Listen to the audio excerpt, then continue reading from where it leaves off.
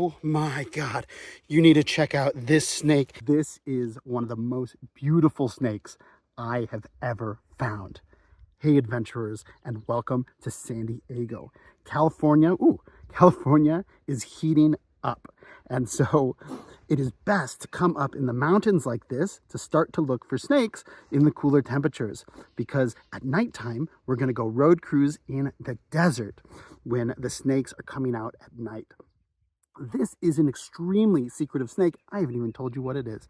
This is the coast mountain kingsnake. Now, some people will consider that there are two species of kingsnake like this, of mountain kingsnakes in California, the coast and the California mountain kingsnake. There are other people who lump them into one species. We're going to follow that there are two species, but it's okay if you think there's just one. But what a beautiful snake. They have this lovely banding color from, he is getting a little anxious. He is very young and of course didn't even break the skin, but he is definitely not happy that I am holding him. It took him a while to wake up, but what an amazing snake. He has this lovely coloration of red, black, and white. There's really nothing in this area that you can confuse it with. You may be familiar with coral snakes that have a similar banded color.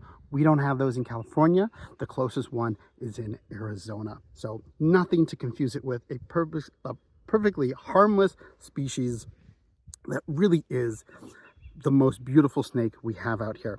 Now, this is just a young one, maybe born last year. It is pretty small. They'll get as big as the other king snakes that we find, so much, much bigger. But what an amazing snake, so pretty in this sort of fairly high elevation area.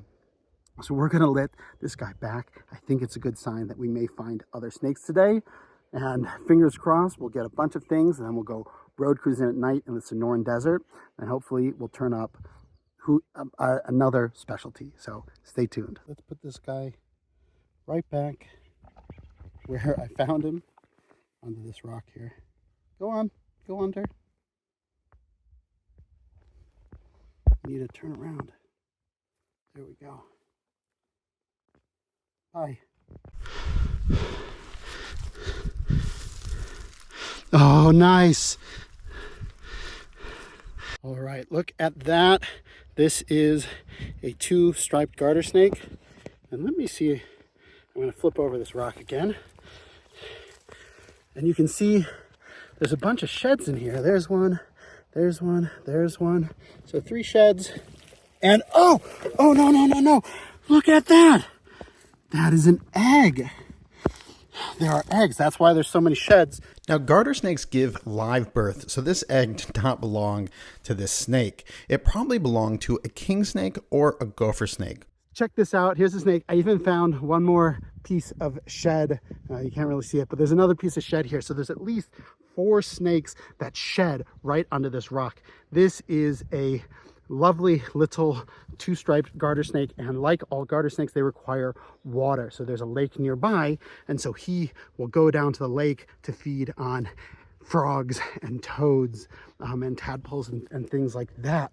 So really cool to see. This guy is definitely itching for a shed. You can see his skin's starting to peel off just a little bit there. So cool that we got one more species for the day and found even eggs underneath. I've never found snake eggs before, so this is really exciting for me. We'll put this guy back, see what else is around. Now, it's always good to shine in cracks. You never know what you're going to find. There is a snake shed. It's a little hard to see, but it's right in the center there. I don't know what snake that belongs to, but this kind of habitat, it could be another one of those mountain kingsnakes. So we'll keep shining in cracks and see if anybody shows up. Snake from the number 3 is just moving out of the way. You can see the rattle. Oh, this is a big one. This is a southern Pacific rattlesnake. It is moving up in there. Nice. Yep. Oh, and it's going away. It's going away pretty quick. But that was definitely a big snake to find out here. It's very close to that shed that I just have. Oh, he's sticking his head out. That's cool. Very close to that shed that I just had, but I don't think it was to a rattlesnake based off of the position, because rattlesnakes usually are on the ground. So cool to see that there is a rattlesnake burrow in here. Double check there aren't any other ones nearby on the ground here when I get down. But yeah, I'm glad that he didn't pick a deep burrow to go into so I could see him, but you can see just how massive he is. He has a very short rattle. It must have broken off at some point. It still makes a sound. You heard it a little bit. So first venomous snake of the day.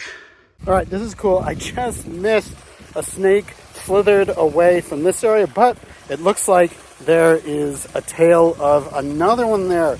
Now I can't see it super well, but this is another garter snake. Well, I came down to the pond to look to see if I can get a better look at those garter snakes, but as I was searching, I found a Pacific chorus frog right there out in the open. These guys are usually pretty secretive, hard to find unless they're calling, but for whatever reason, he is hanging out in the sun today. So that's kind of cool. I'm sure that they will make a ruckus when it gets dark out here. We got another snake. This is a nice big two-striped garter snake. Look at it go. Excellent. Okay. This is that beautiful garter snake we found. Now they can be bitey, so I'm a little nervous he's gonna bite my face, but he's being cooperative at the moment. Now, a lot of garter snakes will have a bright dorsal stripe down the center of the back, but these guys don't. Instead, they have two bright lines on the side, and that's where they get their name, two-stripe, from. So this is a full adult, so it's a full-size one from that baby that we saw earlier. Who knows, this may even be the mother. Well, it was nice to finally get an adult garter. I've seen a couple more. I think that's actually the fifth garter snake I've seen, but they slithered away really fast and I couldn't get them on camera. So it's nice that we did get one there, a nice big adult. Now it's starting to get a little shadier. That snake, I think, was moving from the water areas back to wherever it's going to spend the night. And so that might be a hint for us to also move on to the next spot. Now, like I said, out in the desert, in the Sonoran desert, it was really hot today. I think it was in the 90s. So, it can definitely get up above 100. So we're going to head out there to see if there are any snakes that are going to be crossing the roads at night. I thought this was kind of neat to point out. You can see this sort of S pattern here. I bet that is from one of the garter snakes. I've seen them, on either side of the path. So they probably come through here on their way to the water feature over there and wherever they're going to spend the night on that side. So you can always look in sandy areas for a little bit more snake evidence, and it might help you target in on a species. We've already got a snake. It's not even dark yet. Look at this. This is a Sidewinder. And you can see from those little horns above the eye, and it's got a rattle as well. Now, this is a busy street, so let's make sure that he gets out of it. Or sorry, it's not a busy street, but you never know when a truck or another car is going to, whoa, he is charged up. You can see he's got that very sideways locomotion. I have never seen one move so quickly, but a good example of how the Sidewinder gets its name, how it moves. What? No, don't go. Don't go under my car. Now I gotta get you out of there. There he is. Well, I'll get him out and we'll move on. All right, you can hear that rattlesnake, that Sidewinder is still rattling behind me. We've made it down to the Sonoran Desert. The Sonoran Desert is the lower desert in California because the average altitude is lower than that of the Mojave Desert. I think the absolute depths, the Mojave is still lower because it has Death Valley, but on average, the Sonoran Desert is the lower desert. And so if you hear people talk about the high desert and the low desert, they're referring to, when they talk about the low desert, they're referring to the Sonoran Desert. So This is, again, a brand new place I've never been. All of our adventures today are in places I've never been before. So hopefully we'll get some good species, some good stuff. This is a good sign that snakes are moving. It's about 80 degrees and it's, like I said, the sun has set, but it's not quite dark yet. So let's see what else is out there. All right, it's finally dark out and we have another snake. This is another Sidewinder. Looks to be a little fatter, a little bigger. Now it is right in the middle of the road. So what we want to do is we want to move it out of the road before any cars come by. And then if it calms down, we'll take a closer look. Now we always want to make sure, we want to do our best to put the snake in the direction it was facing. So this one looked like it was going to be moving across the road in this direction. Oop, it wants to go the other way. We just need to encourage it a little bit.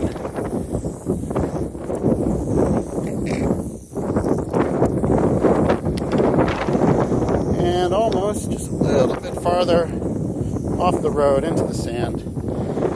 Give it a second to calm down. And we'll take a closer look in a second. As you can see, this is a type of rattlesnake, which means that it's venomous. I always want to have either my hook or my tongs in between me and the snake. This one is very cooperative. It seems to be enjoying where it is, but just in case it moves, I have this in between me to help direct it. This is our smallest rattlesnake. This is full grown. They don't get much bigger than this. We saw that Southern Pacific rattlesnake today that was much, much larger. So they have these nice horns over their eyes that help keep the sand out as they dig into the ground. What they'll do is they'll dig in the sand and they'll lie in wait for prey to come by. So cool to see this guy. Hopefully there's more out tonight, so we gotta keep going and see what else there is. Oh, we got another snake on the road. Look at that. This is what I was hoping for. And it is a little bit colorful too. Wow. Okay, so this beautiful snake that was crossing the road is a resplendent shovel-nosed snake. Now there's a couple things I want you to look at. First is this pattern, these black saddles with the red in between. In some of our other videos, we've seen the Mojave shovel-nosed snake, and they don't have this red. So the red is unique to this portion of the Sonoran Desert, and I think also this color also extends into Arizona as well. But in California, if you're further north, you're not going to get that red. The other thing is I want you to look at his face. He's got a little silly face here with a very slanted nose and some very unique scales to give him that sort of shovel look to him. Now these snakes spend a lot of time digging through the sand. And so that shape, that little shovel nose shape of him allows him to easily move through the sand. So very cool. This is an adult. They're a very small snake. They spend a lot of time underground. So tiny snake, but definitely beautiful, lovely colors to find out here in the desert. This was one of my targets for tonight, and I'm so excited. I haven't seen one of these in a number of years, so this was great.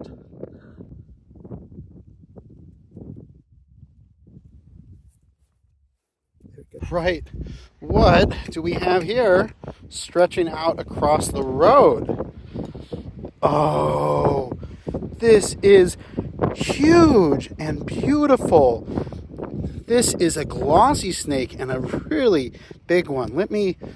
Let's just watch it come out of the road and then we'll talk about it in a sec.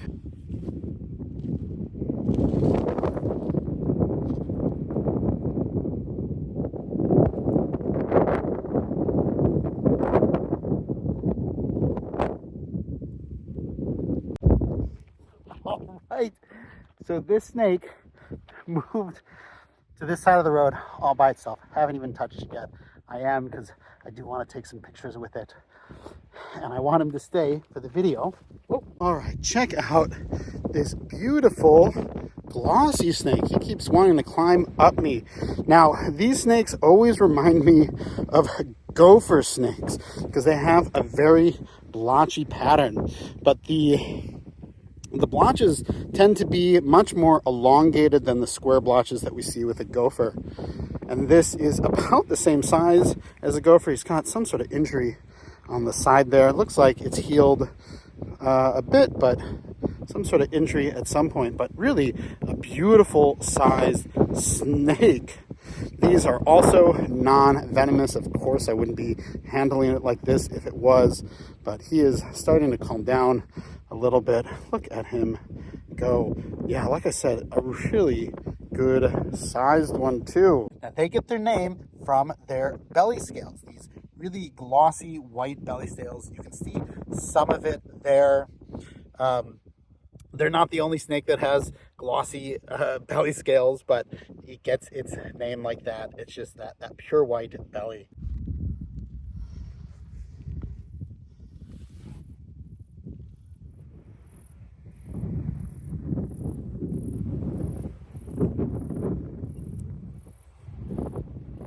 All right, this is kind of cool. You hear that chirping? That is from some toads. So let's go take a look. It looks like there's a little water feature here. Oh, and I see one on the edge here. I'm going to guess this is going to be a red-spotted toad. And indeed, it is. Look at that. Oh, there's a second one right there. I thought I heard two. Oh, and third. Now, these little man-made water oases can always be a great place to look in the desert. You know, the amphibians are definitely going to utilize these spots. So cool to get one more species. Oh, I might as well tell you how to identify these toads. Oh, there he goes. The red-spotted toad is obviously known for having red spots, but you can't always see that.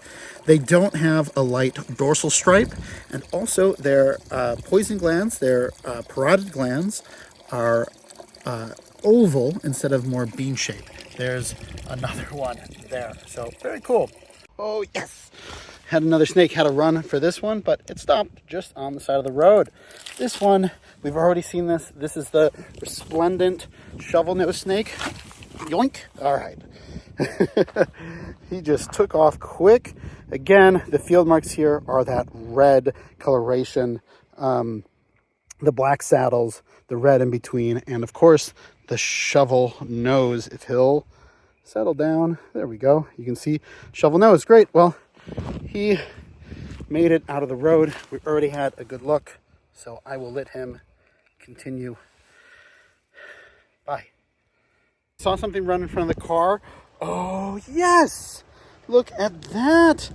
That is our gecko. This is a western banded gecko. And I was hoping we'd get one out here tonight. Whoa, there it goes. Let's see if we can take a closer look at him. All right, there we go. This is a beautiful one. All right, this is the most common of our native geckos, the western banded gecko. Now, the cool thing is that when we're near San Diego, they don't have very many sort of black spots on them. If we go further north into like the Mojave Desert, they start to have black spotches on them, but around San Diego, they kind of look like this with those bands that go across and no sort of splotching. So cool to get this. Now, since this is one of our native geckos, they are found exclusively on the ground. They don't climb up the side of your house. So cool to get this guy. And there we go. Okay, we've got another snake. Look at this. Oh shoot, I left my hook in the car. This is a rattlesnake. Nice, and our 10th documented snake today. This is excellent. Now, this is a red diamond rattlesnake.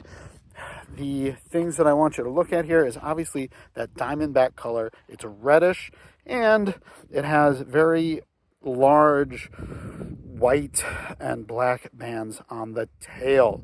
That southern Pacific rattlesnake that we saw earlier has gray bands. So nice to see him all stretched out like this.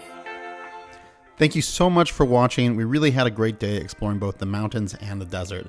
Please remember to like and subscribe. I'm Greg Schechter. This is Schechter Natural History, and I'll see you in the field.